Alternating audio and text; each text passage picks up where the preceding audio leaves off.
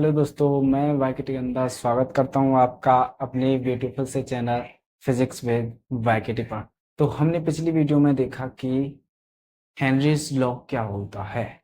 यहीं पर हमने टॉपिक का एंड किया था कि हेनरीज लॉ क्या होता है। तो मैंने थोड़ा सा और डिस्कस बढ़ाने के लिए एक राल्ट नेम को हम पूरी तरह से डिफाइन करने के लिए हमने ये वीडियो नेक्स्ट तैयार की है, वरना मैं उसी वीडियो में आपको राल्ट लॉ बता रहा था। बट फिर मैंने कहा कि इस पार्ट को हम अलग से डिस्कस करते हैं। तो आज हम पढ़ने वाले हैं हेनरीज लॉ का थोड़ा सा और देख लेते हैं, एप्लीकेशन क्या होते हैं उन्हें देख लेते हैं, और हम स्टार्ट करेंगे फिर राल्ट का नेम। ओके, तो चलिए स्टार्ट करते हैं आज के इस बेहतरीन सी और धमाकेदार वीडियो को। ओके, तो हमने देखा, कल हमने क्या पढ़ा था, हमने पढ़ा हेनरीज लॉ, हेनरी का नियम। ओके, हेनरी का नियम पढ़ा हमने पढ़ा हेनरी का नियम।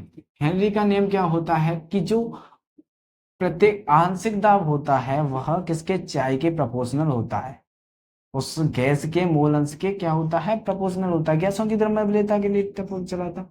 जब प्रोपोर्शनल साइन को हटाएंगे तब एक कांस्टेंट आ जाएगा जिसे कहा जाता है KH, और इनटू चाई। चाई क्या है, इसमें मोल अंश है। चाई क्या है, मोल अंश। ओके, चाई यहाँ पर मोल अंश है। पी क्या है, दाब है, आंशिक दाब, वाष्प दाब, वाष्प दाब है। ओके, वाष्प दाब है। के क्या है, हेनरी नियतांक है। KH क्या है, हेनरी नियतांक।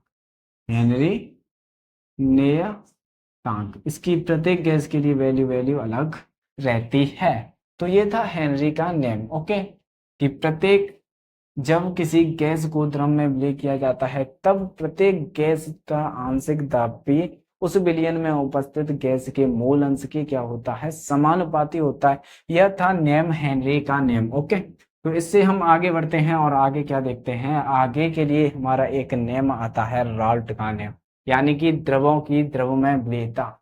तो द्रवों की द्रव में विलयता पर निर्भर करता है राल्ट का नियम। तो द्रवों की द्रवों की द्रवों में विलेयता, विलेयता, द्रवों की द्रव में विलेयता के लिए राल्ट का नियम, राल्ट का नियम। ओके, राल्ट का नियम पढ़ रहे हैं, राल्ट्स लॉ, राल्ट्स लॉ। कि राल्ट का नियम होता क्या है, अब इसे देख लेते हैं हम। ओके, राल्ट का नियम होता क्या है इसे देख लेते हैं। राल्ट का नियम पढ़ने से पहले हमारे दिमाग में एक और चीज आनी चाहिए कि वाष्पशील और अवाष्पशील दो चीज होते हैं। पदार्थ जो हैं दो प्रकार के होते हैं। पदार्थ दो प्रकार के होते हैं, एक होता है वाष्पशील, वाष्पशील, और दूसरा होता है अवाष्पशील, अवाष्पशील। एक होता है वाष्पशील पदार्थ और दूसरा होता है अवाष्पशील। ओके, वाष्पशील क्या होता है, देखिए कोई अगर बीकर ले रहे हैं और इसमें कोई लिक्विड भरा हुआ है, कोई लिक्विड भरा हुआ है, या कुछ समय बाद क्या होगा, यह अपना वाष्प में बदलने लगता है। यह क्या होता है, वाष्प में बदलने लगता है, या वाष्प में बदलने लगता है। जब यह वाष्प में बदलने लगता है तो इस द्रव को क्या कहा जाता है, वाष्पशील द्रव कहा जाता है। वाष्पशील द्रव कहा जाता है, ये क्या है, वाष्प है। यानी कि जिसकी वाष्प बनने लगे उस द्रव को क्या कहा जाता है, वाष्पशील द्रव कहा जाता है। जिसमें वेपराइजेशन होने की क्षमता होती है उसे कहते हैं हम वाष्पशील द्रव। ओके, तो ये वाष्पशील हो गया, वाष्पशील हो गया। जैसे एग्जांपल के लिए आपने पढ़ा होगा फेमस पेट्रोल, पेट्रोल देखी होगी आपने। आपका जल भी इसी के अंदर आता है, डीजल, पेट्रोलियम जो पदार्थ होते हैं ये सब कैसे हैं, वाष्पशील हैं। अब अवाष्पशील की अगर बात की जाए तो कोई एक ऐसा सबस्टेंस, ऐसे लिक्विड जिनमें से वाष्प ना बदले, ये जो वाष्प है वह क्या हो, ना आए, उसमें से बाष्प ना निकलती हो, उन्हें कहते हैं अबाष्पशील द्रव। तो जिनमें से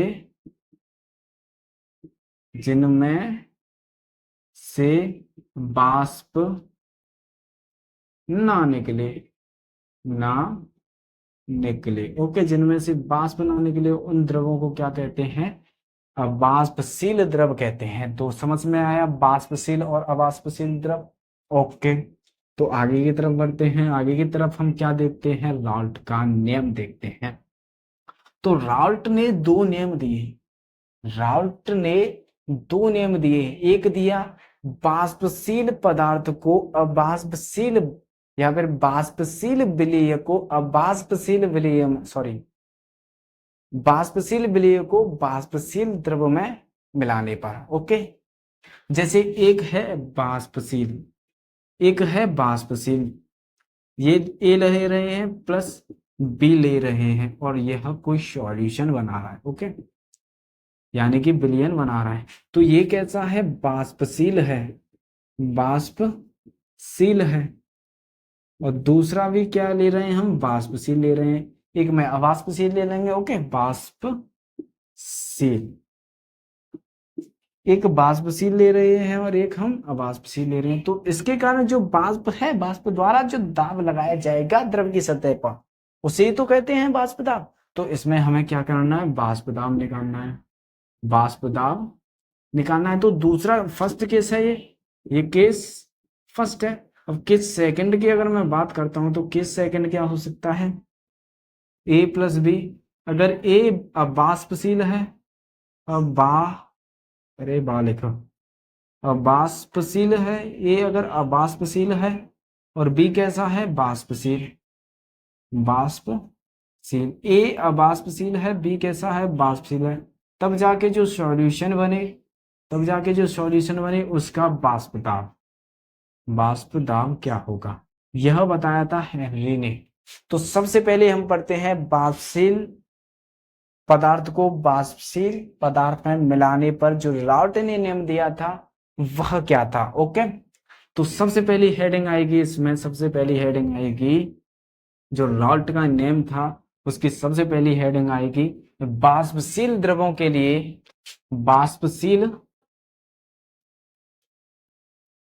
बाष्पशील द्रवों के लिए, द्रवों के लिए राल्ट का नियम, राल्ट का नियम। तो बाष्पशील द्रवों के लिए हम राल्ट का नियम देखते हैं कि बाष्पशील द्रवों के लिए राल्ट का नियम क्या होता है। ओके, तो इसमें राल्ट का नियम लिखेंगे हम, क्या होता है राल्ट का नियम, इस नियम के अनुसार, इस नियम के अनुसार, इस नियम के अनुसार किसी विलयन में, किसी किसी विलयन में उपस्थित, विलयन में उपस्थित, किसी विलयन में उपस्थित प्रत्येक अवयव का, प्रत्येक अवयव का आंशिक दाब P, आंशिक दाब उनके, उनके मोल अंशों के समानुपाती होता है, उनके मोल अंशों के, मोल अंशों के समानुपाती, समानुपाती होता है। ओके, समानुपाती होता है। तो देखिए, कोई ए लिया प्लस हमने बी लिया, दोनों ही कैसे हैं, अबाष्पशील हैं, और ये क्या बना रहे हैं, विलयन बना रहे हैं, विलयन। तो ए है और बी है, क्या बना रहे हैं, विलयन बना रहे हैं। अगर मैंने माना, माना इसका जो वाष्प दाब है शुद्ध अवस्था में पी नोट है, पी नोट 1 मान लिया। इसका जो हमने माना है पी नोट ए लिया है, तो पी नोट ए मान ले, इसका हमने पी नोट बी मान लिया। अब इस का कुछ न कुछ हो जाएगा, इसमें जो बनेगा वाष्प दाब तो उसे हमने मान लिया P। तो ये कैसा है, ये है जो शुद्ध अवस्था में है, शुद्ध अवस्था में, अवस्था में, ओके, शुद्ध अवस्था में वाष्प दाब। तो ये शुद्ध अवस्था में वाष्प दाब है। जब इन्हें जब इन्हें विलयन बना दिया गया है तब उनका जो वाष्प दाब है क्या हो जाता है, और उनके अंदर जो ए का वाष्प दाब है तो वह हम P1 से ले रहे हैं, तो P1 इज प्रोपोर्शनल हो जाता है चाई के। तो वहां पर जब सॉल्व करेंगे तो P01 और चाई 1 हो जाएगा, ये फर्स्ट के लिए हो जाएगा। इसी प्रकार सेकंड के लिए क्या हो जाएगा, P2 के लिए P02 चाई 2 हो जाएगा। अब कुल दाब निकालेंगे हम, कुल दाब जब हमें निकालना है तो कुल दाब क्या हो जाएगा, P is equal to P1 plus P2 हो जाएगा। तो P इज इक्वल टू क्या हो जाएगा हमारे पास, P1 प्लस P2 हो जाएगा। अब दोनों को हम जब जोड़ेंगे तो P is equal to P1 की वैल्यू क्या है, P1 चाई नॉट, सॉरी P1 नॉट चाई 1, सॉरी ए लिया है तो यहाँ पर चलिए ए कर देते हैं, ओके, ए लिया है तो हमने ए कर देते हैं, यहाँ पर क्या कर देते हैं, बी के लिए, 2 के लिए बी कर देते हैं, ओके, 2 के लिए यहाँ पर बी कर देते हैं, ओके। तो P A plus P B हो जाएगा, यहाँ पर P A plus P B हो जाएगा। तो पी ए नॉट कुछ भी कीजिए, अगर 1 मान रहे हैं 1 और 2 मान रहे हैं तो 1 और 2 से भी कर सकते हैं हम, प्लस पी नॉट बी और ये चाई बी। तो this is the Raoult law, okay, यह है राल्ट लॉ। जो वाष्पदाब निकलेगा, वाष्पदाब ये निकलेगा। तो आई थिंक समझ में आ गया होगा राल्ट नेम, ओके। राल्ट नेम क्या बताता है कि राल्ट नेम यह बताता है कि जो वाष्पदाब पहले था, जो वाष्पदाब पहले था, जो वाष्पदाब पहले आ रहा था वह अब बदलकर इतना हो गया है। अब इसका वाष्प दाब पहले ये था पी ए नॉट, इसका वाष्प दाब पहले जब ये अलग थे, विलियन इन्होंने नहीं बनाया था तब इनका वाष्प दाब पी ए नॉट था, इसका वाष्प दाब पी वी नॉट था, ओके, जब शुद्ध अवस्था में था ये।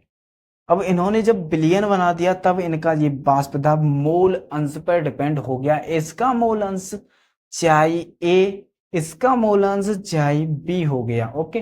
तो मोल अंश पर डिपेंड कर गया इनका वाष्प दाब। यह बताया था राल्ट नामक वैज्ञानिक ने कि जो प्रत्येक अवयव का विलयन में, प्रत्येक अवयव का जो वाष्प दाब होता है वह मोलों पर डिपेंड करता है, जितनी अधिक मोलों की संख्या होगी उस विलयन में उतना ही अधिक वाष्प दाब होगा।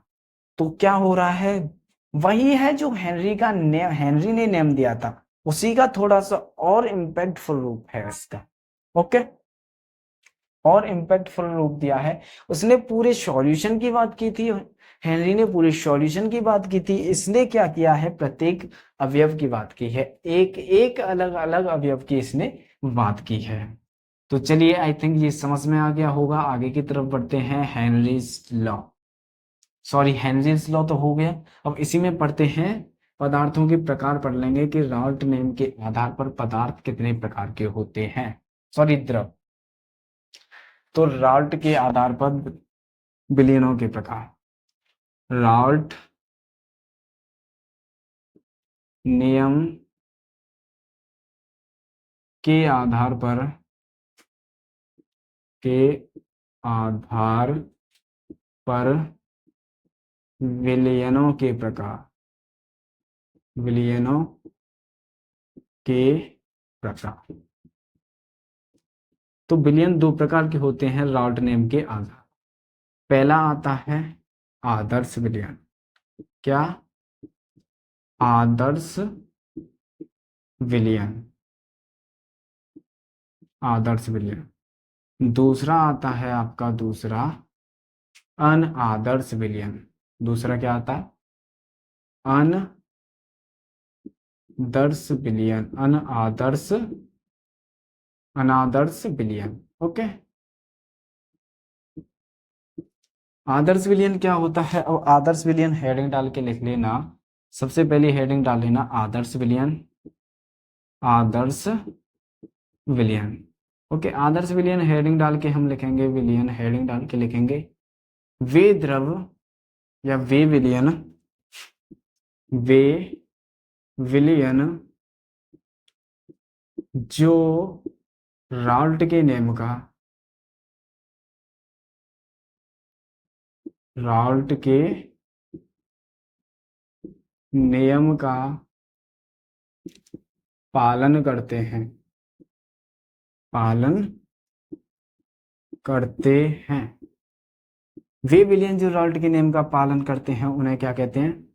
उन्हें आदर्श विलयन कहा जाता है, आदर्श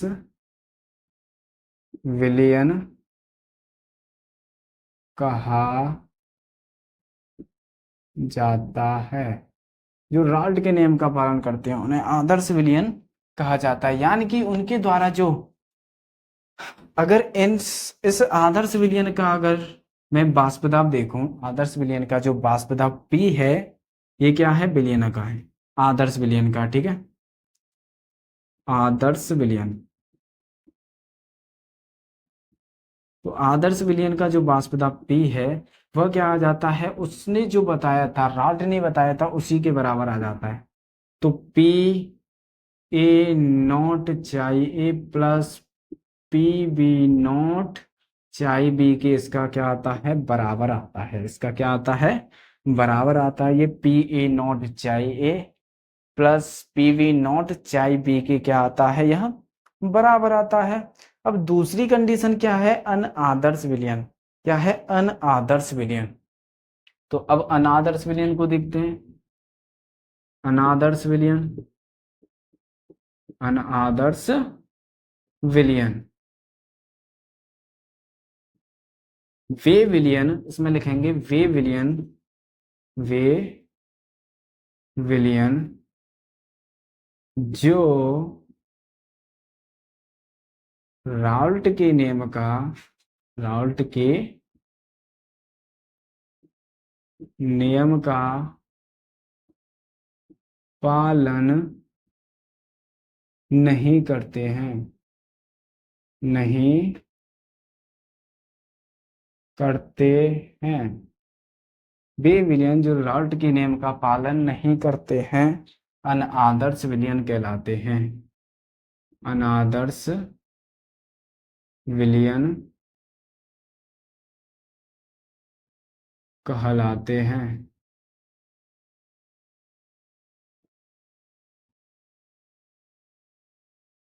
अनआदर्श विलयन कहलाते हैं। तो अनआदर्श विलयनों के लिए क्या आ जाएगा? तो अनआदर्श विलयन के लिए दो कंडीशन हो सकती हैं। पहले P या तो ज्यादा हो सकता है, P यही है अनआदर्श के लिए, ओके। तो P ज्यादा हो सकता है, पी ए नॉट चाई ए plus P B naught chi B से ज्यादा हो सकता है। या फिर दूसरा केस हो सकता है कि यह कम हो जाए। दूसरा केस क्या हो सकता है? कि यह कम हो जाए, ओके। तो दूसरा केस यहाँ पर, अब मैं इसी के नीचे लिख देना, दूसरा केस हो सकता है कि P जो है कम हो जाए, किससे? वाष्पदाब पी ए नॉट चाई ए से plus P B naught chi B से, ओके, इससे कम हो जाए। तो ये कम है और ये क्या है? अधिक है। एक कम हो रहा है और एक अधिक हो रहा है। तो राल्ट ने जो नियम बताया था उसके अकॉर्डिंग तो नहीं हो रहा है, कम हो रहा है या फिर अधिक हो रहा है। तो जो कम हो रहा है उसे कहते हैं न्यूनतम क्वथनांकीय स्थिर घातीय मिश्रण, सॉरी, उसे कहते हैं, हाँ, इसी में आएगा अनआदर्श विलयन में, इसी में आएगा अनआदर्श विलयन में, ओके। तो आगे की तरफ बढ़ते हैं।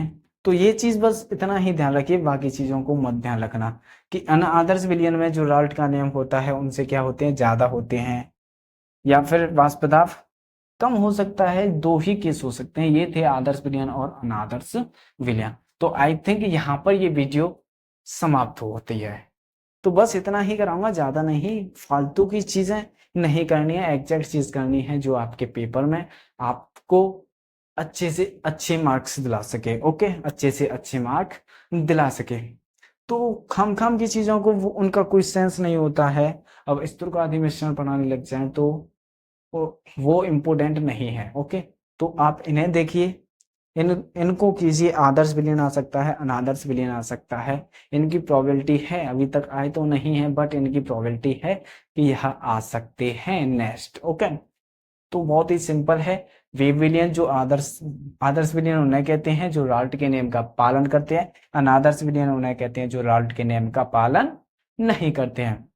आई थिंक ये वीडियो आपको समझ में आ गई होगी। अगर वीडियो अच्छी लगी है तो इस वीडियो को लाइक कीजिए, ज्यादा से ज्यादा इस वीडियो को शेयर कीजिए। अगर कुछ किसी भी प्रकार की अगर इस वीडियो में कमी है, उस वीडियो के बारे में बताइए, उसे कमेंट कीजिए उसके बारे में। थैंक यू दोस्तों।